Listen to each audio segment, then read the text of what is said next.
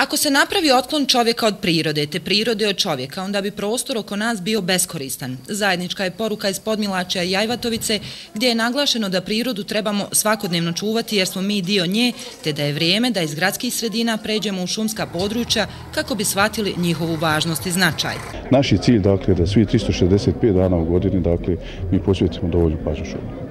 Uzimajući u obzir i činjenicu da se za nešto više od mjesec dana obilježavaju dani kada je po predanju Ajvaz D do 40 dana neprekidno molio da poteče voda iz vrela ograđenog stijenom i na posljedku se to i desilo, te dana Svetog Ive mjestom hodočašća ljudi svih vjera koji vjeruju da će na ovom mjestu ozdraviti, ova akcija ekološkog čišćenja predstavlja pripremu za duhovno. Ovo je pokazatelj da iz prostora Prusca imamo pored duhovnih vibracija i vibracije prirode, okoliša, zaštite. Raduje me da se tako radi i u Jajcu na Podmilačju. Trebali bi malo više pažnje posvetiti upravo našoj zemlji u kojoj živimo, posvetiti malo više možda ekologiji naših međuljudskih odnosa.